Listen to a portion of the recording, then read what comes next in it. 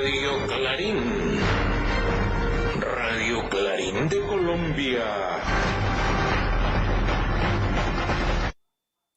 Buen día, apreciada audiencia.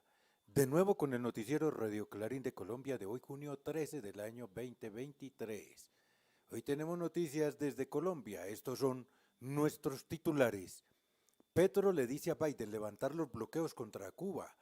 ¿Y qué más posibilidades de paz que hay aquí hoy en La Habana?, le dijo Petro a los miembros del ELN cuando llegaron a la firma del tercer ciclo de este proceso de negociaciones. Inicio de la octava edición de la Gacela PRIS. Felicitaciones por acuerdo con el ELN desde el Brasil.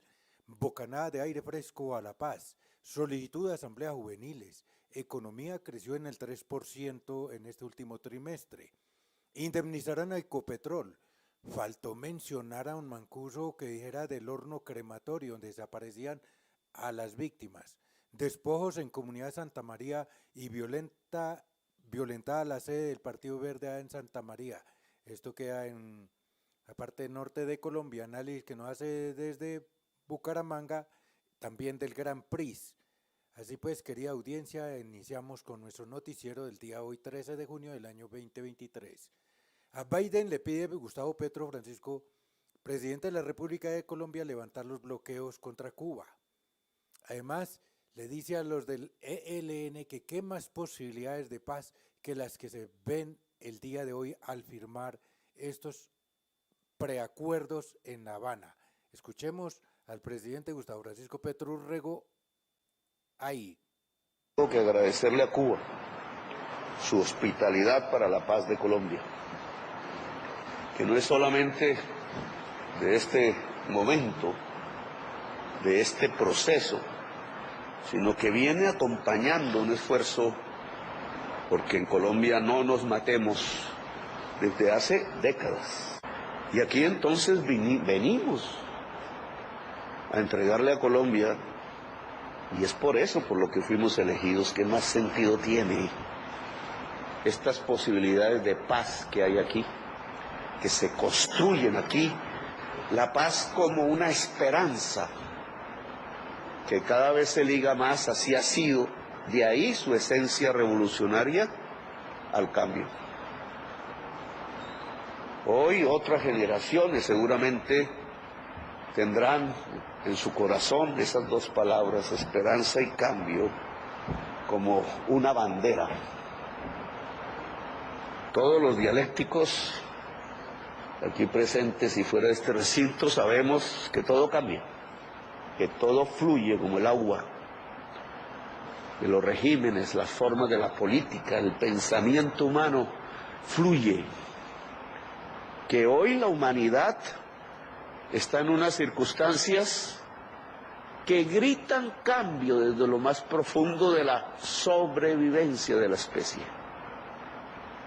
Siempre he hablado de la crisis climática, pero es que nos ha puesto al borde de lo que podríamos llamar una crisis civilizatoria. Los más poderosos reunidos en Davos, donde me invitaron, pueblo frío, helado, lo decían. La policrisis le llamaron. Hoy más que nunca, fíjense, casi que tenemos que cambiar las formas de producir, de consumir, de existir. Otra vez, el tema de que cómo nos relacionamos entre los seres humanos para producir está en cuestión. Si seguimos por donde vamos, perecemos. Si cambiamos esas relaciones y esas formas, ¿cómo se leía eso en mis tiempos de juventud? Podemos vivir vida.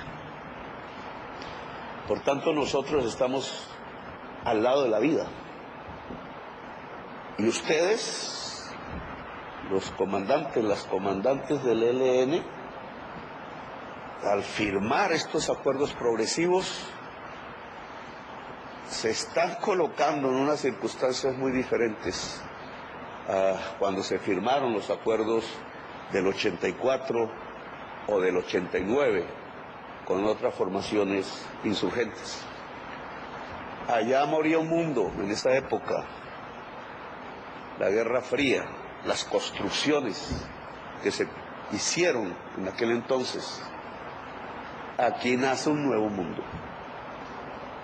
Ustedes entran a ese proceso. De alguna manera, Miguel y Bruno,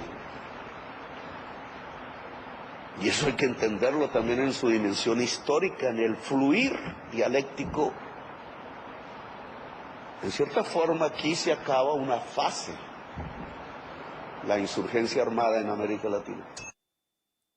Bueno, eran las expresiones del presidente Gustavo Francisco Petro Urrego en La Habana, Cuba, a la firma del tercer ciclo de negociación con el Ejército de Liberación Nacional. Este es un movimiento insurgente levantado en armas guerrillas para la audiencia que nos escucha mucho más allá de Colombia y de continente americano. Continuamos pues. Oiga, vecino, usted que lee noticias, ¿qué se ha hecho con las regalías? Vecina, vamos espero re bien. Cuente, cuente. Entre 2021 y 2022 la gobernación invirtió más de 221 mil millones de pesos de regalías en todas las provincias. ¿Qué? ¿De verdad? Sí, se invirtió en el campo, en la reactivación de la economía, la educación, salud, transporte, la alimentación escolar y muchos proyectos más. En Cundinamarca, invertimos las regalías con justicia social. Y así fue el inicio de la 8ª edición Gacela Pris en Bucaramanga. Escuchemos a nuestro corresponsal, ya esta vez desde Bucaramanga, porque es nuestro reportero itinerante Saúl Ignacio Peláez. Adelante, Saúl.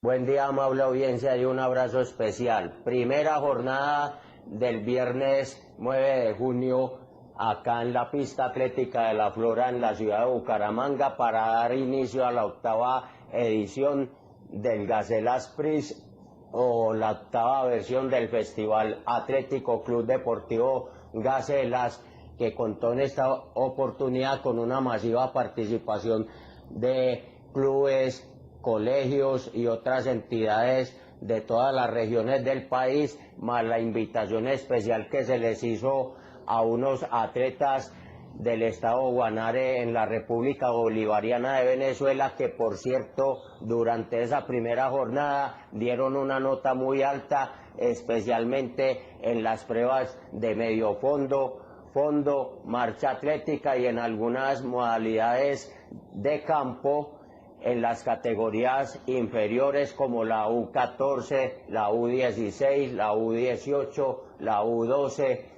en algunos casos también la U20, y alegra mucho que esta participación de clubes venezolanos internacionalice más este evento deportivo que ya cumple su 8ª edición consecutiva en la pista atlética de la ciudad de Bucaramanga, y es un orgullo para el atletismo colombiano. Para Radio Clarín de Colombia, desde la ciudad de Bucaramanga, les habló Saúl Ignacio Peláez Arango. Y así es, apreciado Saúl Ignacio, y que se da lujo de estar por allá comiéndose los amasijos y los piquetes con Mafaja y Bore en Santander, en Bucaramanga.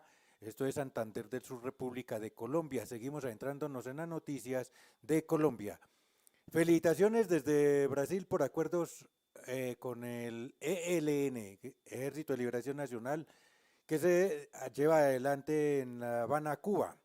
Bancada de aire fresco a la paz, solitud de asambleas juveniles, economía creció el 3%, indemnizarán a Ecopetrol. Faltó mencionar en los informes del excomandante paramilitar Mancuso el horno crematorio donde desaparecían a sus víctimas, despojos en Comunidad de Santa María y violentada sede del Partido Verde en Colombia. Así pues, a nuestro estilo de su noticiero Radio Clarín de Colombia les tenemos este primer segmento noticioso. Buenos días, fuente de la noticia, presidente Lula. Brasil, felicito a Colombia, en particular al presidente Gustavo Petro, por el acuerdo de alto el fuego con el ELN. Un paso fundamental en la construcción de la paz para los pueblos de América Latina y una reafirmación de la vocación de paz de América del Sur.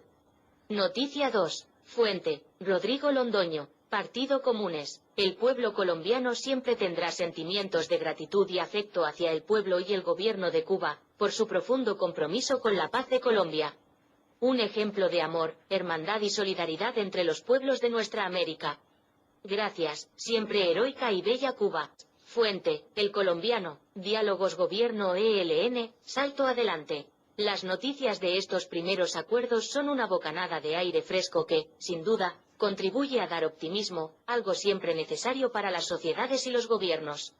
La firma de los acuerdos entre el gobierno de Gustavo Petro y el ELN, en La Habana, lugar emblemático por los apoyos dados a la búsqueda de la paz colombiana durante varias décadas, se debe destacar. Con seguridad no son los ideales, porque nunca hay paz perfecta, pero siempre son mejores que la situación de enfrentamiento, violencia, muertes y dolor. Fuente, Presidencia Colombia. El presidente de la República, Gustavo Petro, solicitó este sábado organizar asambleas estudiantiles para preparar la reforma a la Ley de Educación Superior y enriquecer el proyecto, que se presentará en la legislatura que comienza el próximo 20 de julio. Así lo planteó el jefe de Estado, durante una nueva jornada de Gobierno Escucha, que se llevó a cabo en el municipio boyacense de Paz de Río. Fuente, El Espectador. La economía, bien, por Salomón Kalmanovich. La economía creció 3% en el primer trimestre de 2023, mientras que el peso se fortaleció y, el 9 de junio, el dólar marcaba 4.170 pesos, uno de los niveles más bajos de este año. Algunos maliciosos lo explican como resultado de la poca probabilidad de que la administración Petro logre hacer aprobar las reformas a los sistemas de salud y pensiones, y a las normas laborales. Lo cierto es que ha venido aumentando el precio del petróleo y se mantiene en niveles de $70 el barril, que generan buenas utilidades a Ecopetrol y crecientes regalías al gobierno. Fuente, Sputnik Mundo. Histórico, empresa de Estados Unidos deberá pagar $1.000 millones a la estatal colombiana Ecopetrol. La compañía estadounidense Chicago Bridge y Iron Company deberá pagar $1.000 millones a la petrolera estatal colombiana Ecopetrol, por haber incumplido en la construcción de una refinería en Cartagena. El litigio se había iniciado en 2016, porque la firma duplicó el costo y los tiempos de construcción. Fuente, Caracol. ¿Por qué Mancuso no mencionó un horno, donde paramilitares cremaron a centenares de sus víctimas? Después de las declaraciones de Salvatore Mancuso para la JEP, la unidad investigativa de Noticias Caracol se adentró en la zona fronteriza de norte de Santander y encontró un horno crematorio no mencionado por el ex jefe paramilitar, que podría dar luces a cientos de familias que buscan a sus seres queridos. Fuente, Contagio Radio. Despojo y afectaciones en la comunidad de Santa María, Chocó. El principal afectado, la familia Triana. La Comisión Intereclesial de Justicia y Paz denunció, este miércoles 7 de junio, que la comunidad de Santa María Pueblo, en el territorio colectivo de Curvarado, Chocó, está siendo víctima de despojo, presión y abusos por parte de personas que arbitrariamente, y amparados por hombres armados de las Autodefensas Gaitanistas de Colombia, AGC, continúan destruyendo de manera persistente la propiedad de la familia Triana y otras familias. Fuente, Iván Cepeda Castro. Senador, Twitter. Toda mi solidaridad con Antonio Sanguino ante este ataque. Espero que las autoridades investiguen este grave hecho y brinden protección a los dirigentes e integrantes del Partido Verde en Valledupar. Sede del Partido Verde en Valledupar fue asaltada y violentada en la tarde del domingo, en evidente búsqueda de información de nuestra actividad política y preelectoral.